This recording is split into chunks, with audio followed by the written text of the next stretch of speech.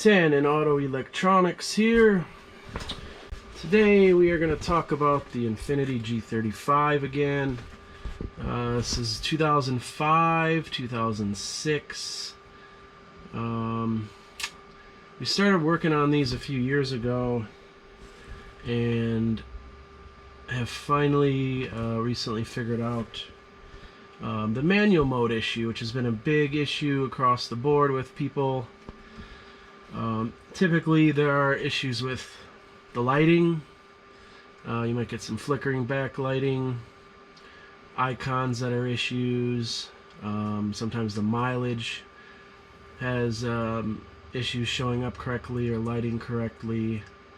Also, you'll have gauge issues, movement issues. The other big problem with these is the fuel gauge. So you'll actually get a check engine light for the fuel gauge in the cluster, which typically is not how it works. The gauge cluster in other vehicles or other makes and models typically has nothing to do with the computer or check engine lights or emissions issues or problems of that nature. So for the Infiniti, or Nissan in particular, they decided to route a lot of that information and data through the cluster. So the gauge cluster, the ECU, and the TCU, which whatever geniuses at Nissan decided to put the TCU inside the transmission, inside the valve body. I will not know why that was decided on, but yes, the transmission control computer is inside the transmission, and that has a lot to do with the manual mode, the shifting, the gear display, the information display on there. Again, I don't know why they complicate things so much, but it's a Nissan, so they do a lot of odd things. So the check engine light, Nissans and Infinitis do have fuel sender issues in the tank that do go bad. However, the gauge itself in the speedometer also can cause that same check engine light or emissions related warning light because the speedometer is bad. So we can repair your speedometer like we always have. You can send it in and we do a full complete rebuild, repair. We just do everything. It doesn't matter what yours has or what's not working on yours, what is working. We just repair them all the same, so they're all working 100% good, and then there's not an issue of us repairing one thing and then you get it back and something else goes wrong, you have to send it back. We don't do any of that. So the manual mode, as you can see on our test bench here, we have the ability to manipulate the manual mode. So you'll see we got 2, and then 3, 4, all the way up to 5. So this replicates the transmission shifter in your car. So you have park, reverse, neutral, drive, 2, low. And at the bottom you can kick it down into sport mode or manual mode. And that is the problem with these speedometers. See, we can go back down 4, 3, 2, 1. And it's, I don't know, again, why it's so complicated like this with Nissans, but the issue you'll see is that it simply won't go into sport mode. So you might be in D for drive, and then you try to get into sport mode, and then just nothing happens, or sometimes it works, sometimes it does not work. That's kind of the telltale sign.